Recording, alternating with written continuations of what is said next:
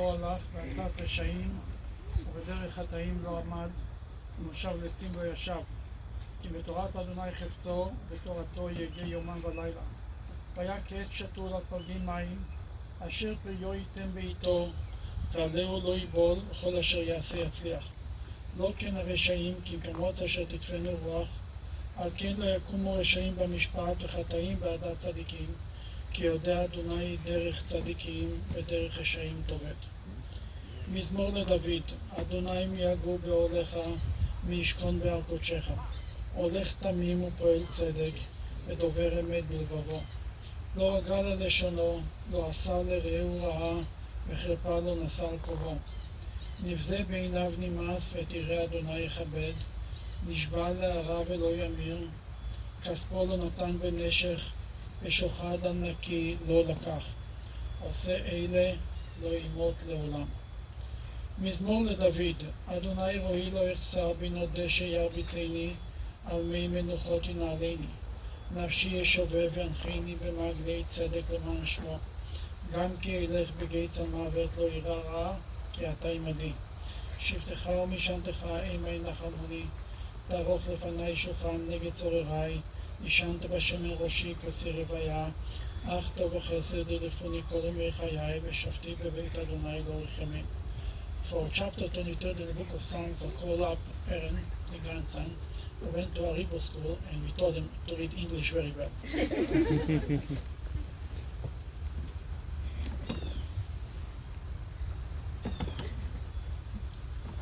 The Lord is my shepherd, I shall not want. He makes me lie down in green pastures. He leads me beside still waters. He restores my soul.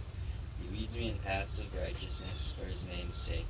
Even though I walk through the valley of the shadow of death, I fear no evil, for you are with me. Your rod and your staff, they comfort me. You prepare a table before me in the presence of my enemies. You have anointed my head with oil, my cup overflows. Surely goodness and mercy shall follow me all the days of my life, and I shall dwell in the house of the Lord forever.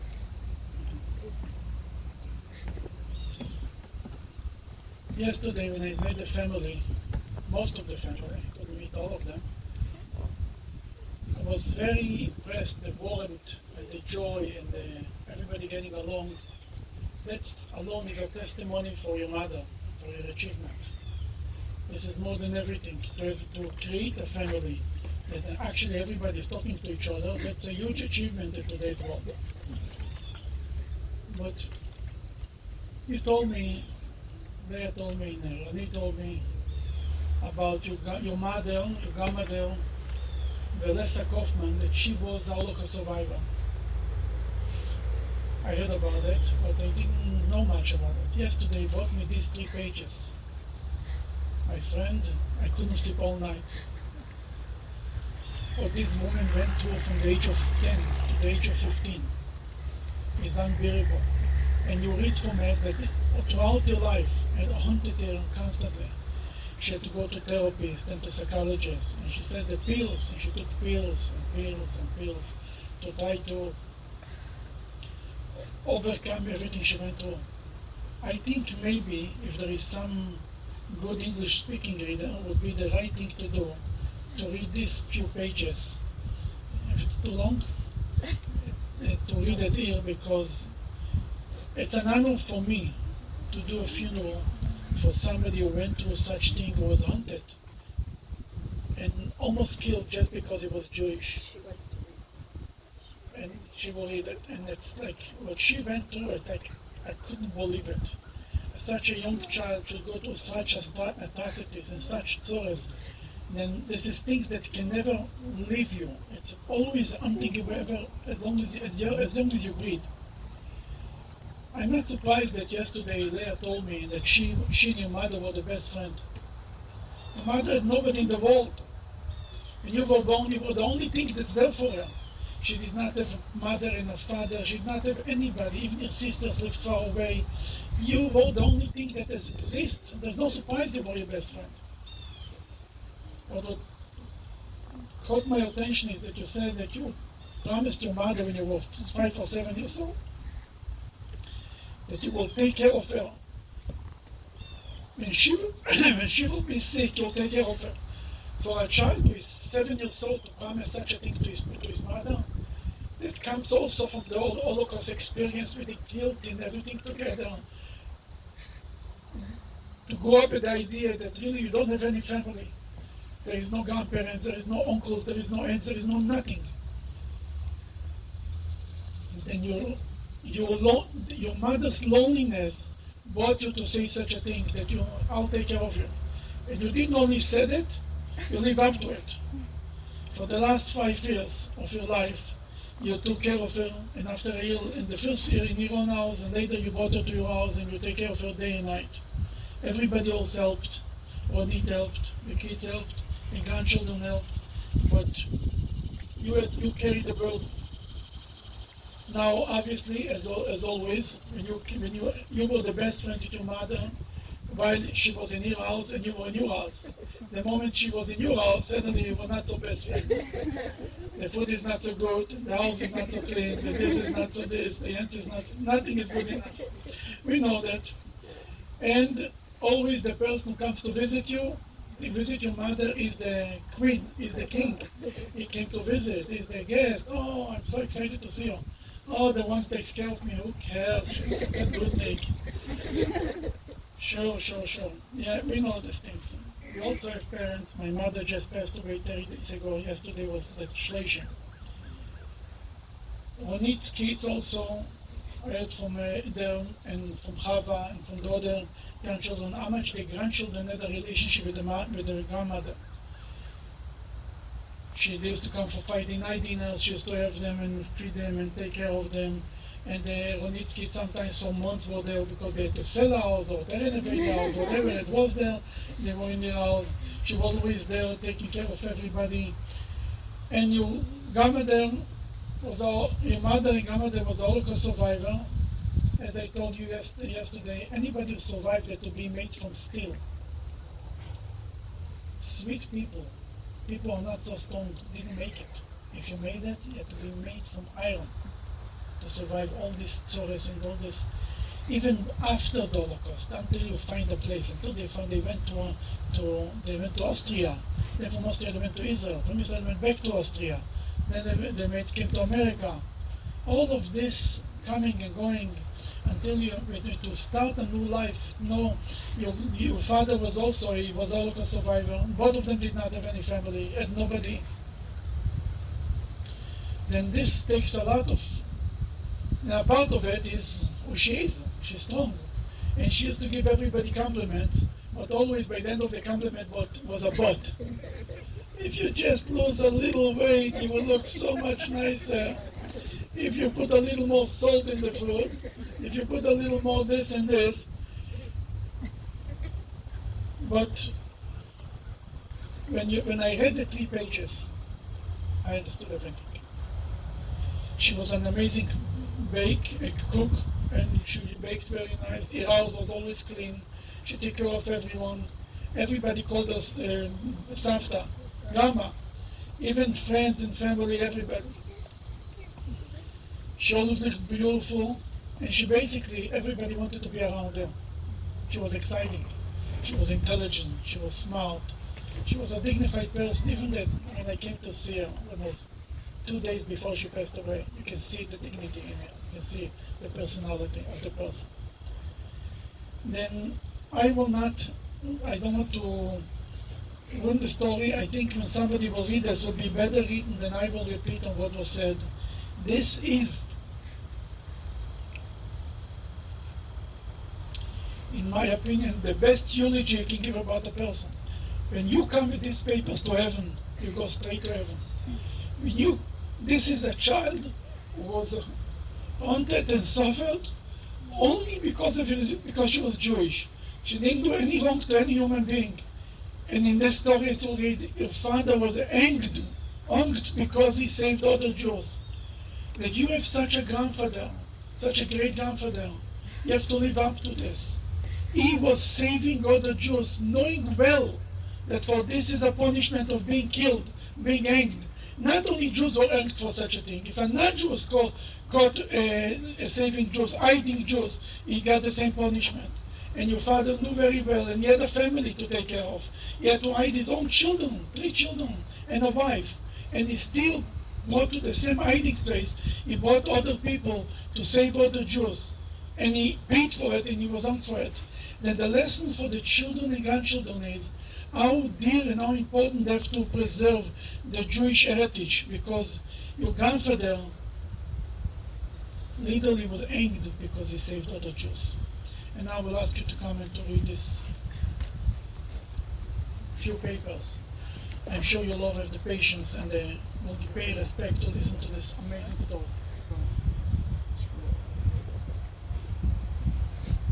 When I started to write down the detailed events of the 4 years of my life in the wartime, I realized that period was exactly what I had been trying to forget for the past 54 years.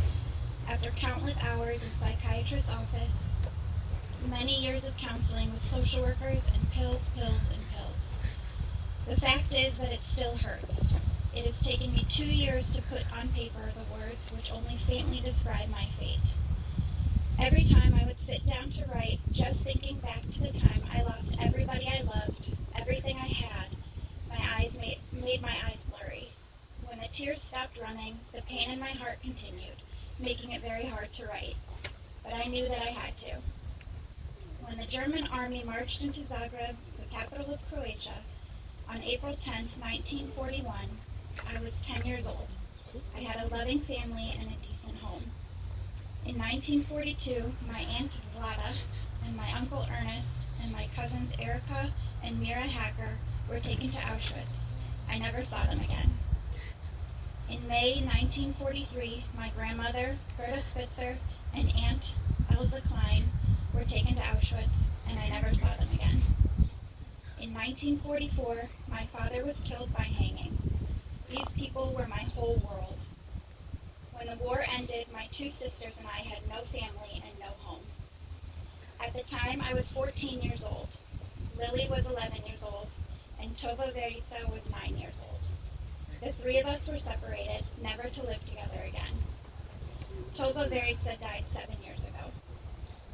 In 1941, we had to leave our home and move to the outskirts of the city.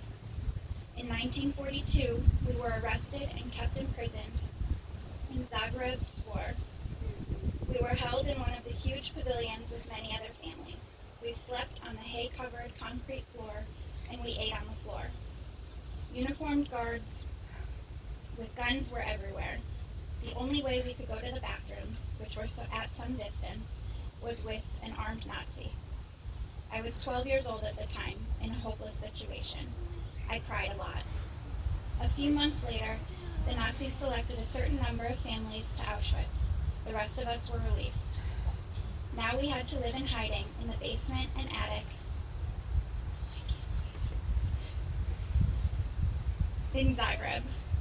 Those were awful days and nights for about 2 years, living in that wet, dark, smelly basement. I can still remember the agony I felt, standing on a chair, peering through a small hole in the blanket covering in the window, watching children play outside. Sometimes these children would have huge pieces of bread with schmaltz and paprika on it. I was mostly hungry. Through those years, many people came to hide with us. My father was responsible for saving hundreds of lives. Years later in Israel, people recognized me as Milan Spitzer's daughter and told me how my father had saved them and their families. Some stayed only a few days, some stayed for months. 2 such people were Moritz Katan and Yaakov Gaon. They had escaped from the train that was taking them to Auschwitz and returned to ask for help from the Jewish Federation, where my father was employed. He brought them into hiding with us. They were not content to hide in basements and disguise themselves and went out. Someone followed them. That night, we were awakened by the tremendous banging on the door. 3 men in boots burst in, yelling, "Get dressed, fast, fast." One of them screamed at my father and opened every drawer and spilled the contents out. He screamed even louder, "What is this? What is that?" From a peaceful sleep to this complete confusion, fear in me was so overwhelming that I was shaking. The Nazis pushed us into the van-like car called a Black Moritza. It had only a door in the back and no windows. My father tried to calm us down. I was listening to his voice in the dark. What I did not know then was that it would be the last time in my life that I would hear his voice. My father meant everything to me. We were taken to a jail near the Zagreb theater. I never had the chance to say goodbye to my father.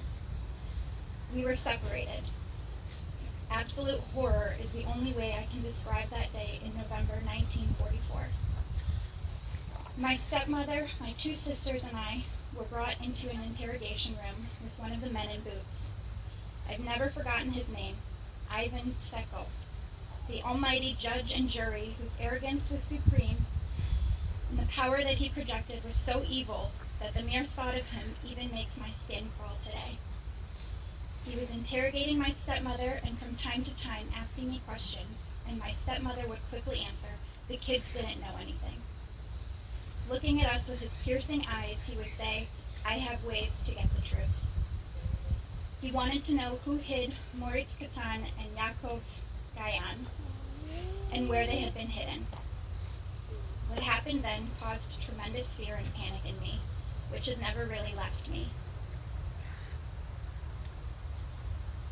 I could hear someone being fiercely beaten beyond the closed door of the next room. Tremendous blows followed by excruciating screams, which sounded inhumane from a grown man.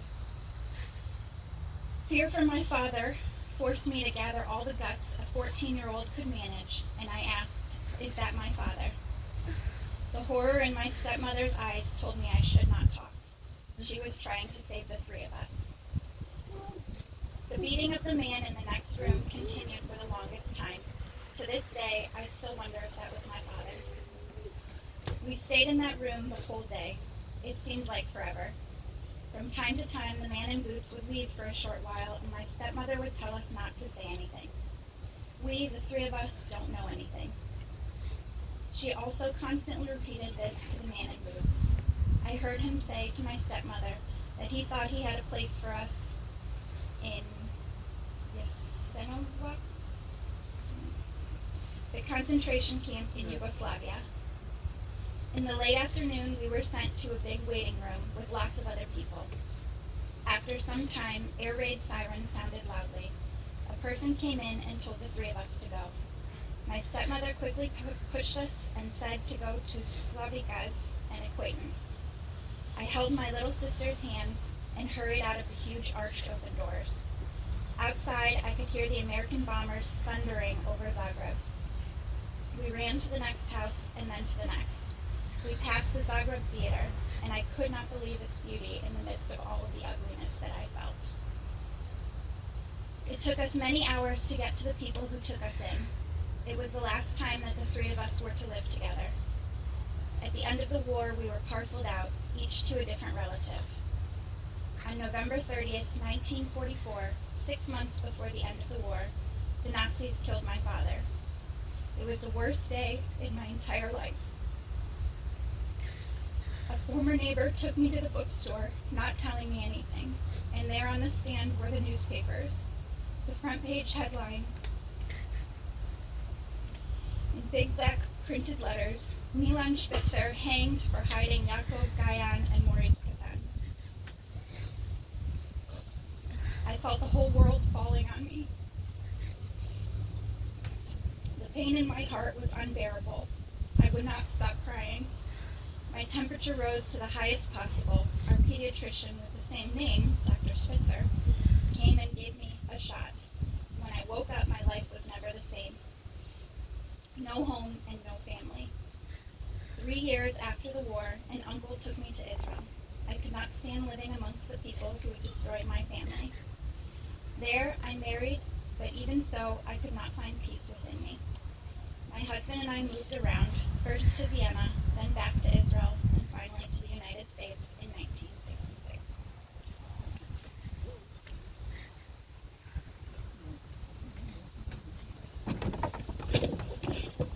Now, any of the family members, I think this says everything about this amazing woman. The people in the family wants to speak. Aaron wanted to speak. Jason, you wanted to speak.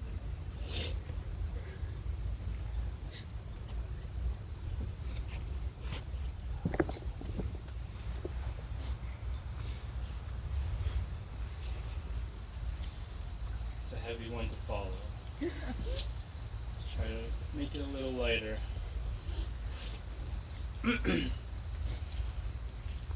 My grandma was the best. She was known as Grandma to everyone. All her friends called her that. She was kind, sweet, loving, generous, forgiving, funny, creative, and an incredible cook. She had so many talents. Making jewelry for wood burning, which she was a member of the Wood Burning Guild of Ohio. She loved to sing, garden, sew, and bake. She also had a cure for everything. Bring her your ailment, she'd whip something together that would surely do the trick. She helped look after my siblings and I growing up. I think that any sort of telling of her impact on me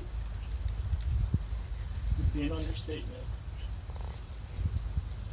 I know we all looked up to her greatly.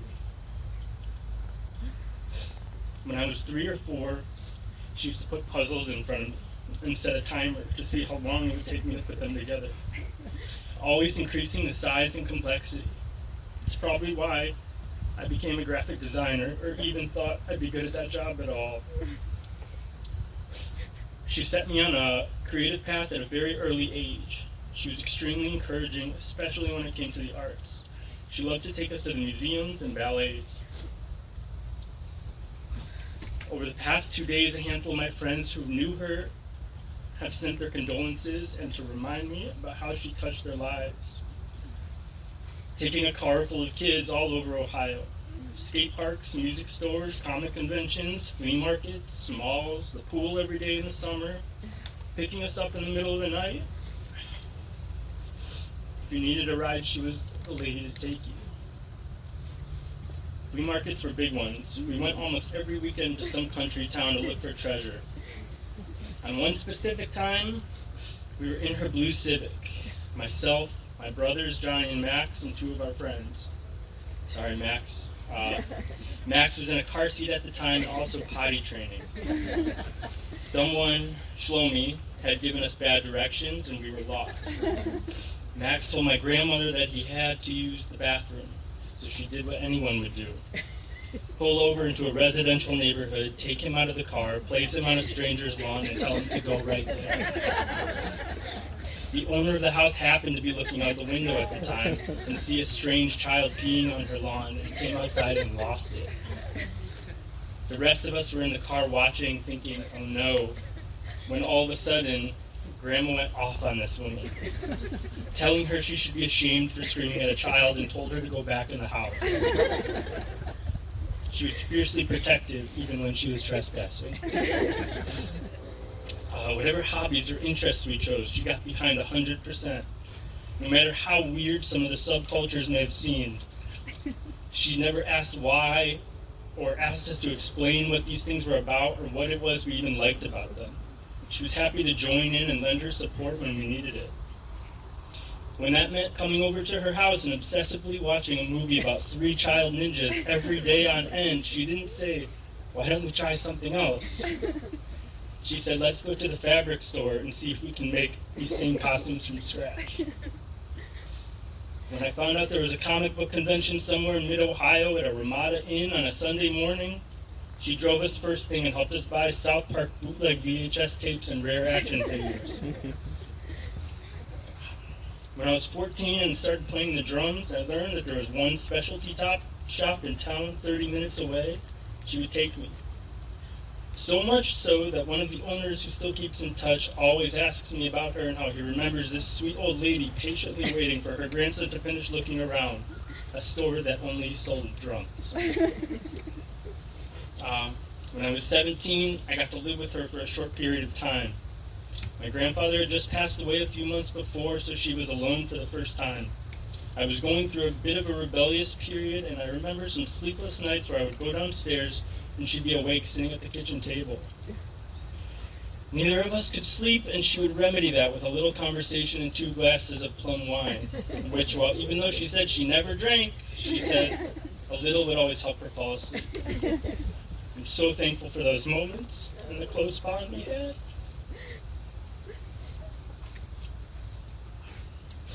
One of the first times she met my wife, she was telling her about how her and Papa got to know each other, which really is an amazing story.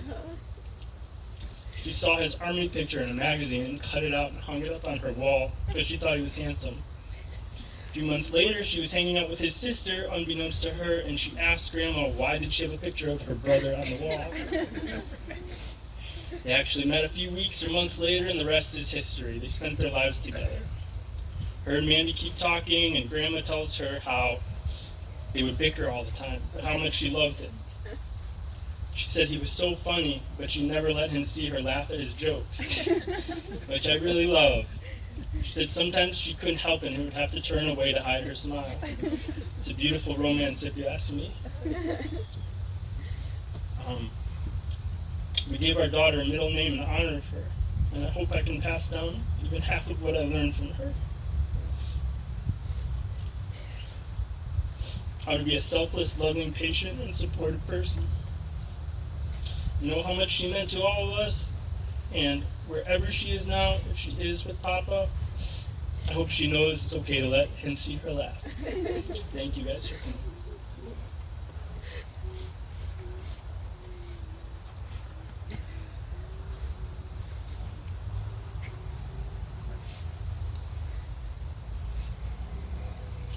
It's beautiful to see all of these people here today and celebrate the life of my grandma.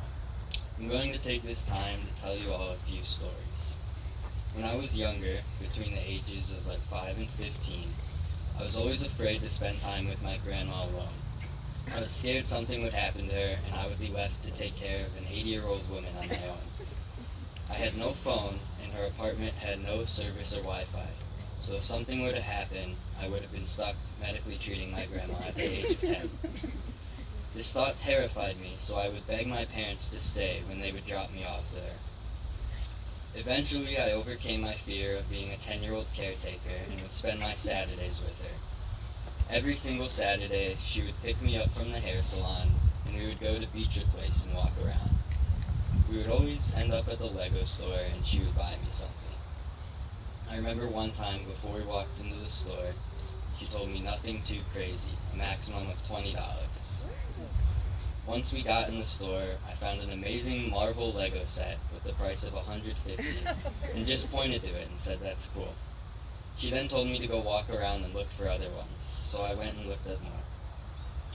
By the time I turned around, she handed me a giant bag with the expensive Lego already paid for.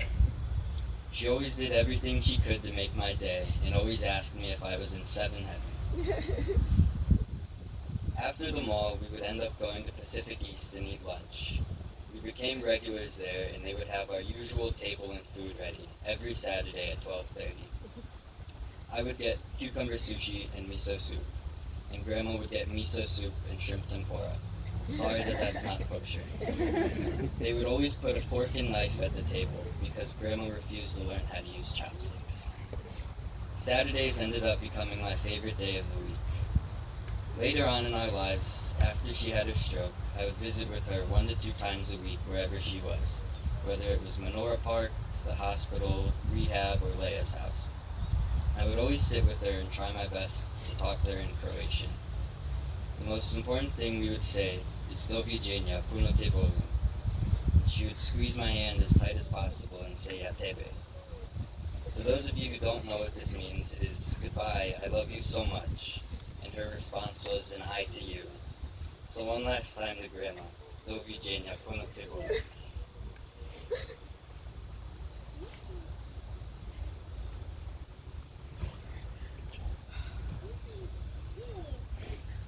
Anybody else from the family?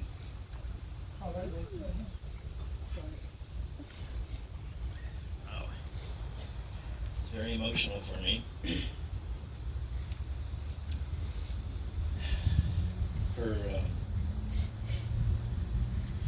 Her testament to her atrocities are you, Leah, Ronnie, Michael, and all her grandchildren and great-grandchildren. We basically give them, you know what I mean, the Nazis. She was an Esha Chaya. We called her grandma. My kids called her grandma. She was a grandma to us. She was a woman of valor. She set the tone of love, spirituality, and personal growth for everyone. To those who knew her, appreciated her strengths and her talents. She was selfless. I spoke to my children, Ryan and Andrew, last night, and that was the theme. She was selfless. She did everything for everyone, and her children and grandchildren were her life. And we heard all that. She would take the kids to the flea markets on Wednesdays in the summertime. They went to concerts. She took them everywhere. They ended up at Hometown Buffet, or they got lost and ended up at Popeyes. She schlepped the kids everywhere. But she loved doing it. She did it with full heart. She wanted everyone to be themselves. She accepted everyone and let her grandkids be who they wanted to be. She didn't push in any way.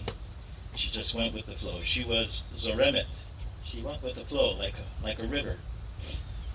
Her fabulous recipes, oh my goodness. Thank God that you share in her DNA and some of her recipes, because that's what I miss the best about her. And her beautiful personality.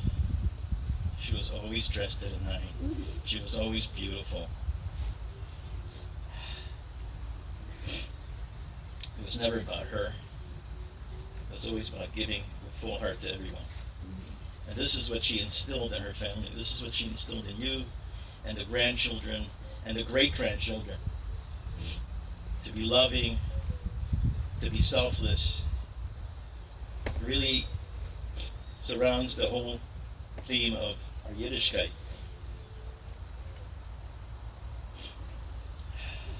This was her bracha. This was her blessing to us all. She was beautiful inside, as she was on the outside. She had a positive attitude, even when her health was diminishing. She drew strength from her family, from her love, and your love is stronger because of her. May her soul, may her neshama be bound among the righteous in the everlasting love of Hashem, and may her memory be always for blessings and mitzvot to us all. Amen.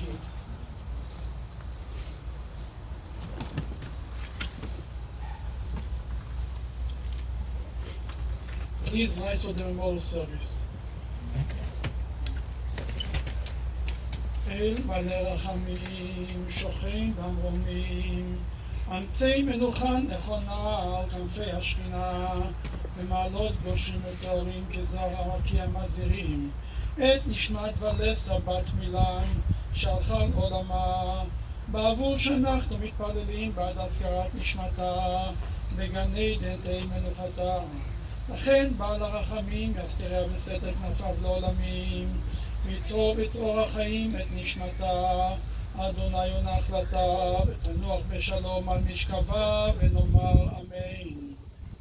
God, full of compassion, who dwells and I, grant proper repose and the sheltering wings of your presence in the lofty levels of the holy and pure ones, who shine as the brightness of the firmament, into the soul of Velesa, daughter of Milan, who has gone to your world, and for your memory we pray.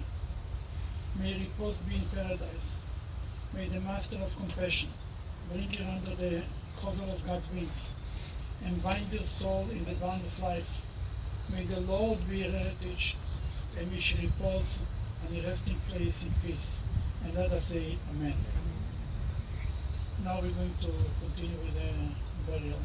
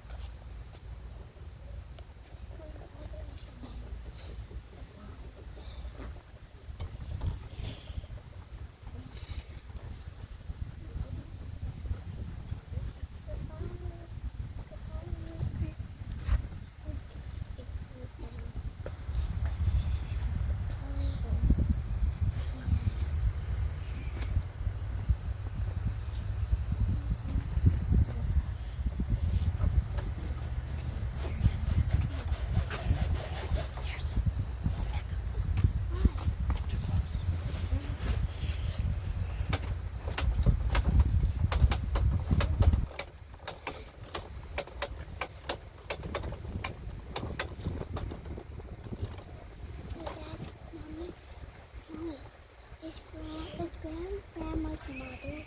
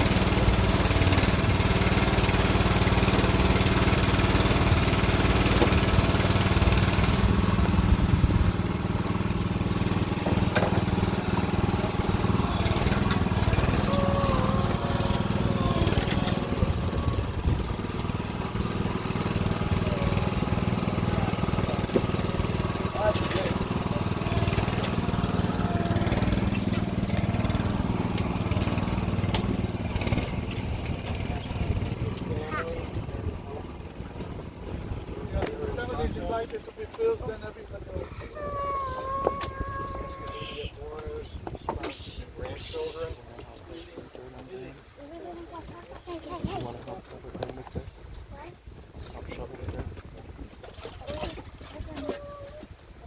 It's easiest if you take it right off the boards. And once you finish, place the shovel back into the earth. Do not pass it to the next person.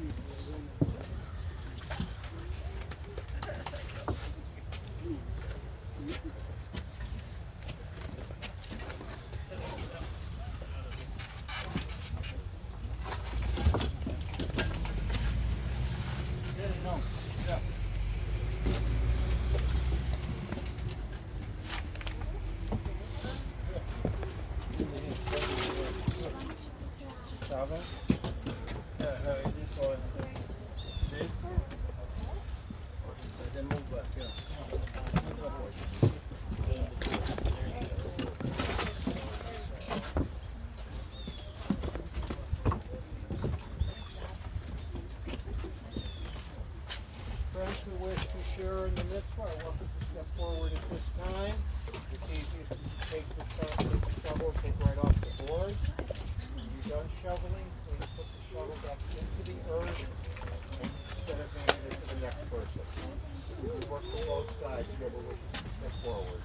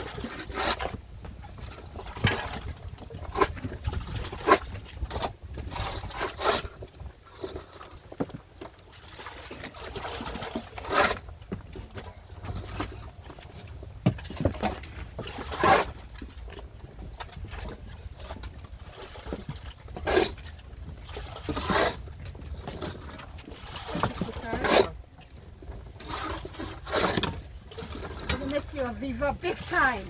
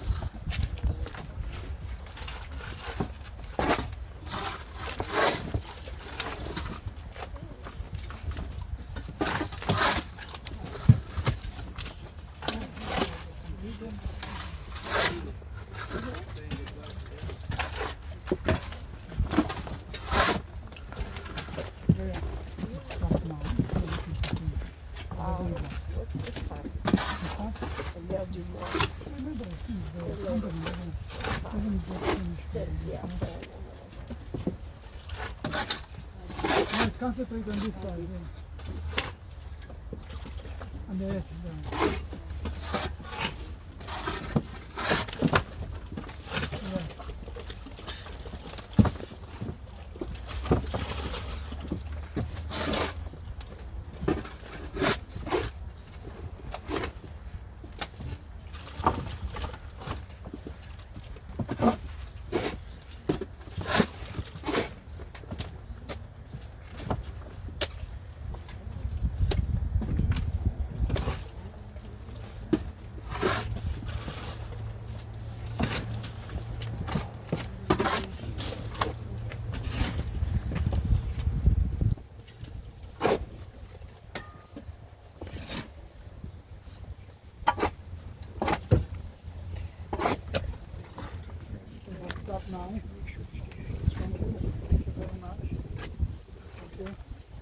And now we're going to recite the Kaddish, Monos Kaddish. Together. Itkadal v'yitkadash Shmei Rabbah. Amen. בעולמה דברה חירותי וימליך מלכותי בחייכון וביומכון ובחיי כל בית ישראל בעגלה ובזמן קריב ואמרו אמן. יהי שמי רבה מבורך לעולם ולעולם לעולמיה. יתברך וישתבח ויתבהר ויתרומן ויתנשא ויתהדר ויתעלה ויתעלם שמי בקדושה ויחוש. ואלה מכל ברכתה ושילתה וזבחתה ונחמתה ואמירן בעלמה ואמרו אמן. יהי שלמה רב אמין שמיה וחיים עלינו ועל כל ישראל ואמרו אמן. עושה שלום במרומיו הוא יעשה שלום עלינו ועל כל ישראל ואמרו אמן. Amen. I make two lines, and the mourners will pass by between the two lines. He will organize the two lines, and the mourners will, the mourning, the comforting process starts right now. We just will create an aisle and we pass through. And the family go. Yes. Right, start going. And they will start again. Right.